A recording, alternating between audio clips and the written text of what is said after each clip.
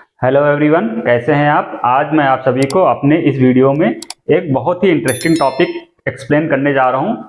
Topic का नाम मैं आपको बता देता हूं। आप लोगों ने अक्सर ये चीज़ फील किया होगा या सुना होगा, या फिर ऐसा है या नहीं है। टॉपिक का नाम मैंने बोर्ड पे लिख रखा है, डीसी से शॉक क्यों नहीं लगता है। मैं इलेक्ट्रिसिटी की बात कर रहा हूँ। जो हमारे घरों पे सप्लाई आती है वो अल्टरनेटिंग सप्लाई होती है, सबको पता है। और जो हमें बैटरी से या फिर सोलर से जो हमें इलेक्ट्रिक करंट मिलती है वो डीसी सप्लाई होती है।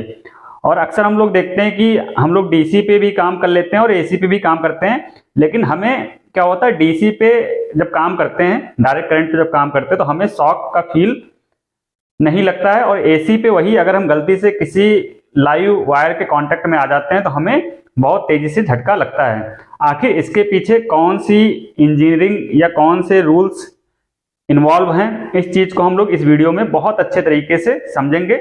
आप लोगों ने इसके कई एक्सप्लेनेशन, कई सारे वीडियोज इंटरनेट पे देखे होंगे, लेकिन मैं आपको प्रॉमिस करता हूं अगर आप मेरा ये वीडियो शुरू से लेकर आखिरी तक देखते हैं तो आपको इस टॉपिक से संबंधित एक एक चीज आपके माइंड में क्लियर हो जाएगी कि एसी ज्यादा डेंजरस है या फिर डीसी ज्यादा डेंजरस है, या फिर दोनों ही डेंजरस हैं।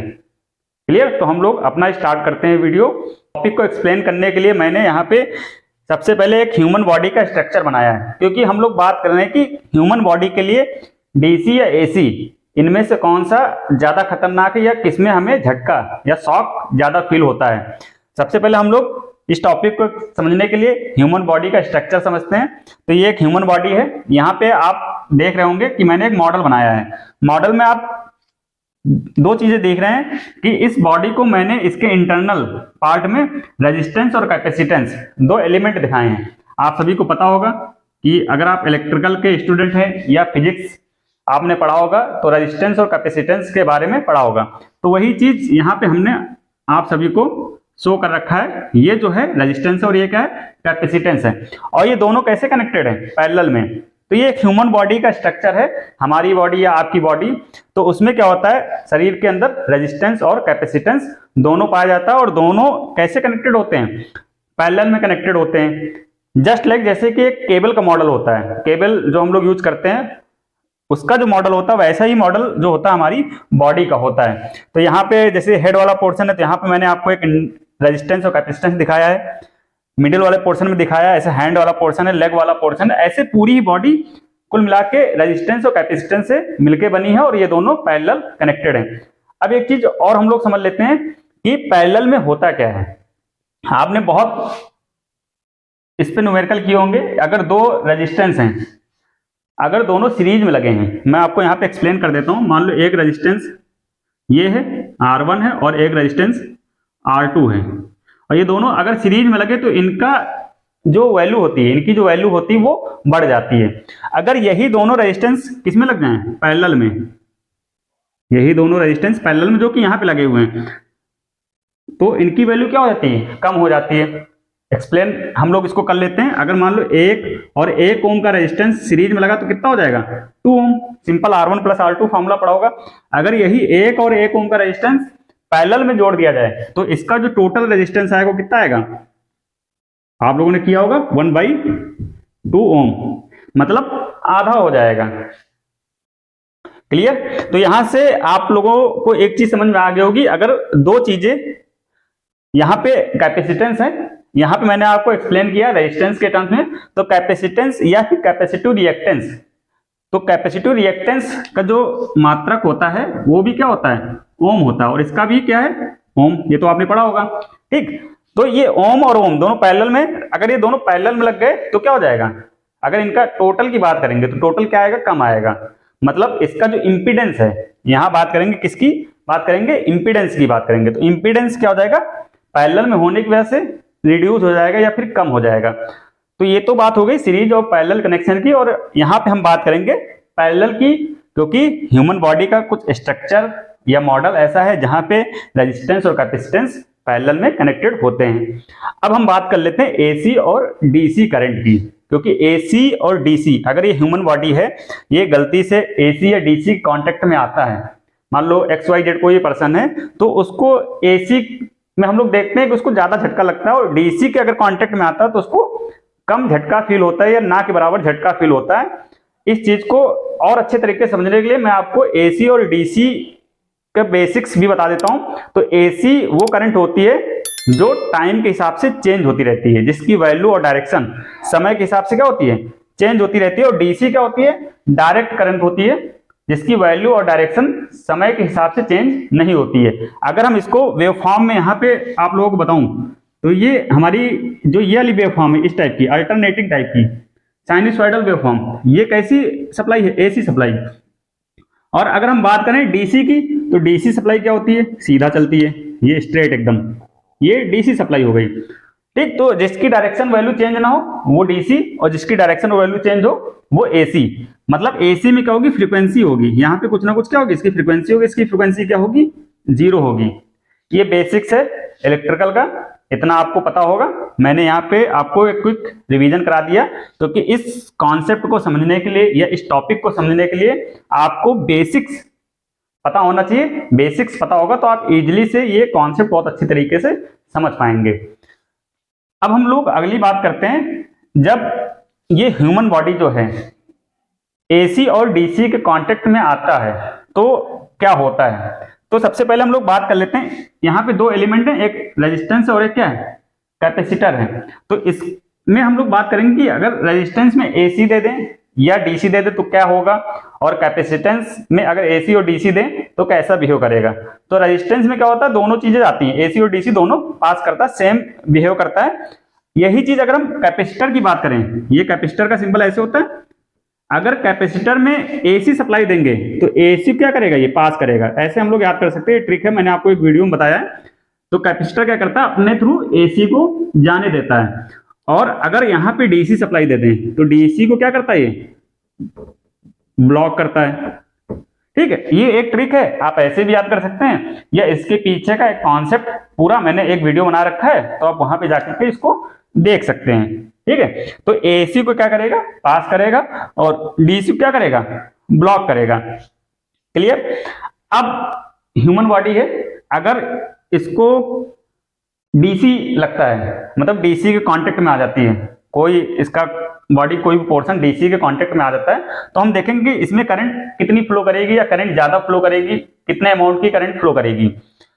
अब जब डीसी यहां पे जाएगा, तो डीसी जाएगा तो ये जो कैपेसिटर है ये कैसा बिहेव करेगा, डीसी को ब्लॉक कर देगा, मतलब ये एज अ ओपन सर्किट की तरह बिहेव करेगा। क्लियर।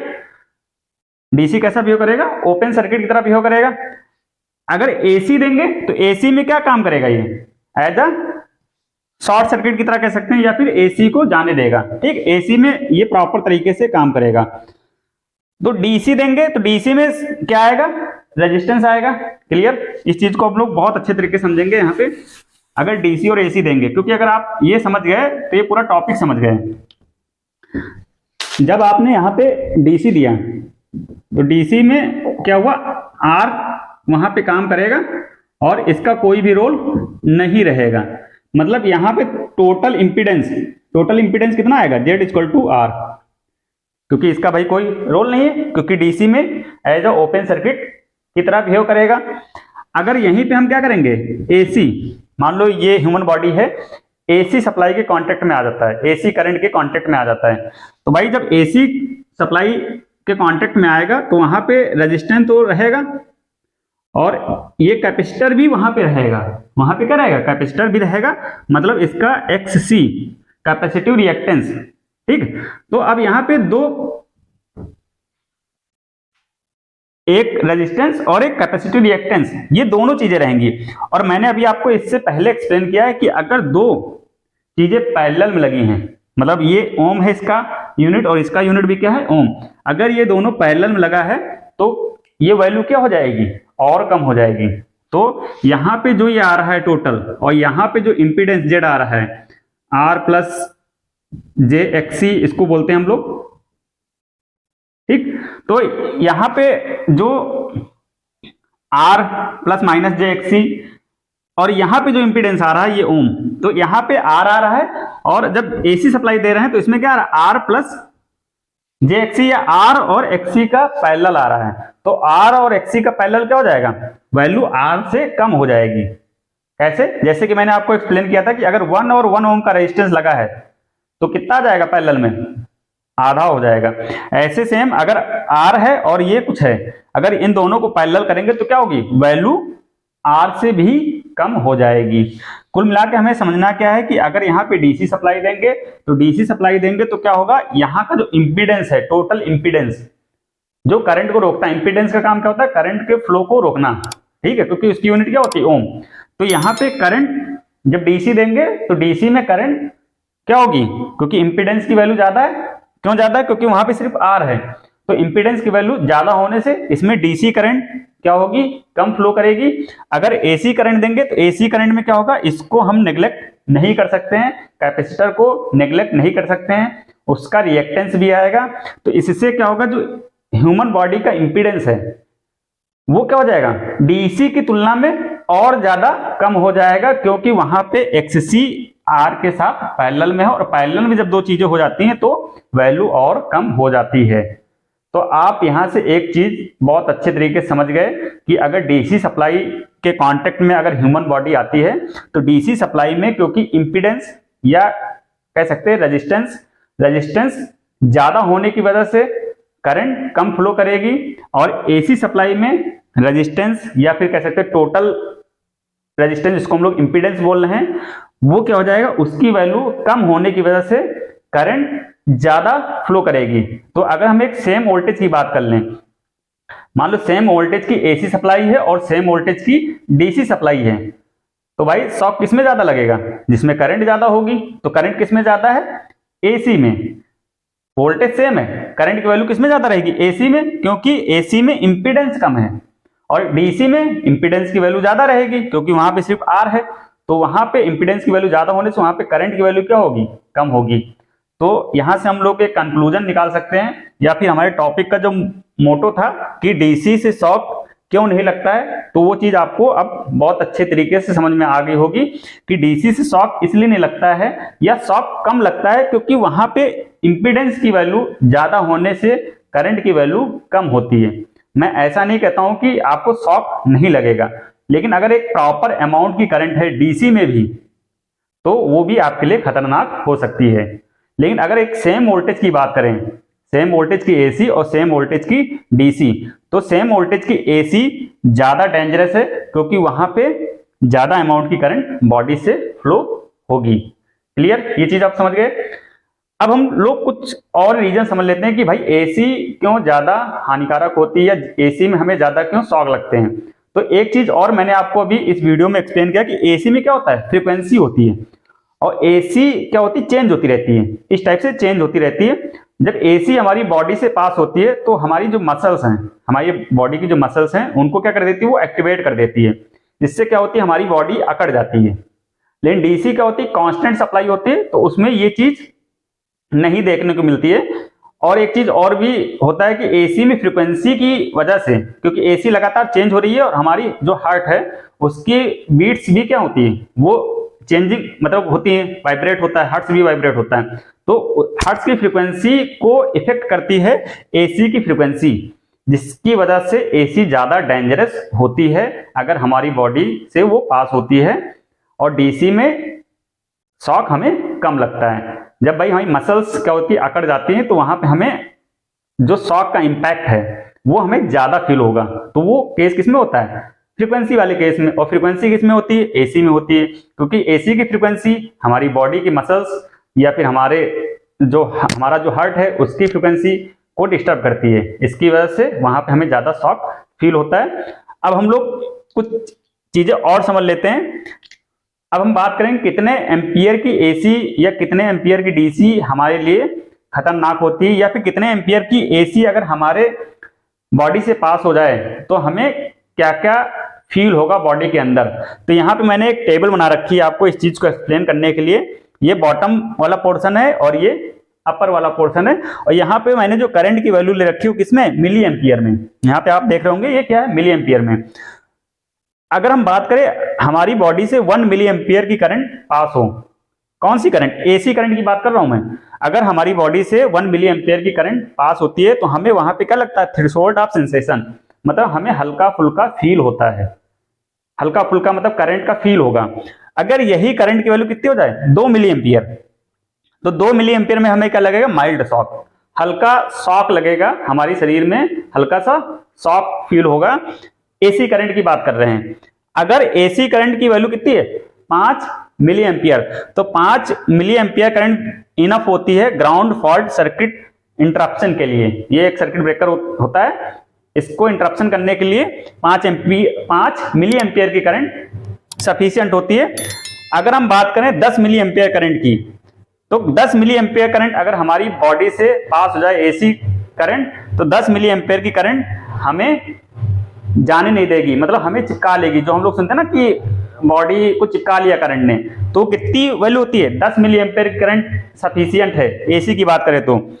अगर 20 मिली एम्पियर की करंट हमारी बॉडी से पास होती है, 20 मिली एम्पियर करंट में क्या होगा, हमारी मसल्स कंट्रैक्शन, मतलब हमारी मसल्स जो हैं, हमारी मांसपेशियां जो हैं वो अकड़ने लगती हैं 20 मिली एम्पियर एसी करंट पे। अगर 30 मिली एम्पियर एसी करंट हमारी बॉडी से पास होती है तो हमें वहां पे सफोकेशन, मतलब हमारा दम घुटने लगता है। यही चीज अगर हम बात करें 100 मिली एम्पियर करंट, तो 100 मिली एम्पियर करंट पे हमारा जो हार्ट है वो स्टॉप ब्रीथिंग, हमारा हार्ट जो है काम करना बंद कर देता है। अगर यही करंट की वैल्यू कितनी हो जाए 30 मिली एम्पियर, तो वहां पे ब्रीदिंग स्टॉप, मतलब हमारी जो सांस है वो रुक जाती है। अगर 900 मिली एम्पियर की करंट, 900 मिली एम्पियर करंट हमारी बॉडी से पास हो जाती है, तो वहां पे सीवियर बर्न्स हो जाते हैं, मतलब हमारा शरीर में जलने के निशान, मतलब हमारा शरीर जल सकता है। 900 मिली एम्पियर करंट मतलब बहुत ज्यादा अमाउंट की करंट है ये। और अगर हम बात करें 1000 मिली एम्पियर की करंट, तो 1000 मिली एम्पियर की करंट इतनी सफिशियंट होती है कि वो 100 वाट के बल्ब को भी जला सकती है या जलाती है। ठीक है, तो जब वो 100 वाट के बल्ब को जलाती है तो हमारा शरीर फिर उसके आगे क्या है। तो यहां से आप बहुत अच्छे तरीके से समझ गए होंगे कि कितने मिली एम्पियर की करंट में हमें क्या क्या फील होता है बॉडी के अंदर। क्लियर। अगर हम यही बात करें डीसी करंट की बात करें कि कितनी डीसी करंट हमें नुकसान पहुंचाएगी, कितने एम्पियर की या कितने मिली एम्पियर की, तो वैल्यू इससे ज्यादा होगी। अगर मैं बात करूं कि जो शॉक वाली बात करता हूं, इस जो हमें हल्का फुल्का फील होता है, तो एसी में जो वो वैल्यू है, एसी में अगर बात करें तो एसी में 0.5 से अगर 1.5 मिली एम्पियर की करंट अगर हमें बॉडी से पास होती है, तो वहां पे हमें मतलब क्या होगा, शॉक फील होगा। क्या फील होगा, शॉक फील होगा। अगर यही बात करें डीसी में कि कितने अमाउंट की डीसी करंट हमारे शरीर से पास हो, तो वैल्यू कितनी होगी, तो वो वैल्यू होती है 4 मिली एम्पियर। 4 मिली एम्पियर किसके लिए है, ये डीसी के लिए है, और ये वाली किसके लिए है, एसी के लिए। ठीक है, तो एसी में 0.5 से 1.5 मिली एम्पियर करंट हमें शॉक फील कराएगी। डीसी में ये वैल्यू ज्यादा होगी, क्योंकि यहां हम लोग इस चीज को प्रॉपर तरीके से समझ चुके हैं कि डीसी में क्यों ज्यादा होगी। तो डीसी में अगर 4 मिली एम्पियर करंट है तो वहां पे हमें हल्का फुल्का शॉक फील होगा। और एक कंडीशन जो मैंने अभी आपको एक्सप्लेन की, कितने एम्पियर करंट हमें जाने नहीं देगी, मतलब हमें चिपका लेगी, तो वो वैल्यू मैं भी आपको यहाँ पे डिस्कस कर लेता हूं। अगर एसी की बात करें तो एसी में जो ये करंट होती है 3 से 22 मिली एम्पियर, ये एसी की बात कर रहा हूं। अगर इतनी एम्पियर की करंट हमारी बॉडी से पास हो जाती है, तो ये वो कंडीशन होती है कि वो हमको चिपका लेती है, और फिर हम वहां से स्किप नहीं हो सकते हैं, भाग नहीं सकते हैं, या फिर हम लोग अक्सर सुनने में आता है कि करंट ने बॉडी को चिपका लिया, करंट नहीं छोड़ रही है। तो कितनी एम्पियर करंट होती है, 3 से 22 मिली एम्पियर की एसी। और डीसी में अगर बात करेंगे तो डीसी में क्या होगी, ये वाली वैल्यू ज्यादा होगी। रीजन एक्सप्लेन कर चुका हूं। तो अगर डीसी की बात करें तो ये वाली वैल्यू कितनी है, 15 मिली एम्पियर से 88 मिली एम्पियर की। अगर डीसी करंट के कांटेक्ट में हम आ जाते हैं गलती से, तो वो करंट हमें चिपका लेगी और वहां पे हम उससे छूट नहीं पाएंगे। तो ये पूरा वीडियो आपने देखा, मुझे उम्मीद है कि आपने ये मेरा वीडियो पूरा देखा होगा और आपके सारे डाउट्स जो आज तक किसी तरह से रह गए होंगे या क्लियर नहीं हो पाए होंगे, वो आपको इस वीडियो को देखने के बाद बहुत अच्छे तरीके से क्लियर हो गए होंगे। ऐसे ही इंटरेस्टिंग वीडियोस देखने के लिए, या फिर आप इलेक्ट्रिकल सब्जेक्ट से जुड़े हुए हैं और किसी कंपटीशन की तैयारी कर रहे हैं, तो आप मेरे इस चैनल को ज़्यादा से ज़्यादा लोगों तक पहुंचाइए और इस चैनल को सब्सक्राइब करिए, क्योंकि मैं आए दिन ऐसे ही वीडियोज या ऐसे ही टॉपिक्स ऐसे ही तरीके से एक्सप्लेन करता हूं, जिससे कि आपको समझने में बहुत आसानी होगी। तो आज के इस वीडियो में बस इतना ही। Thank you so much.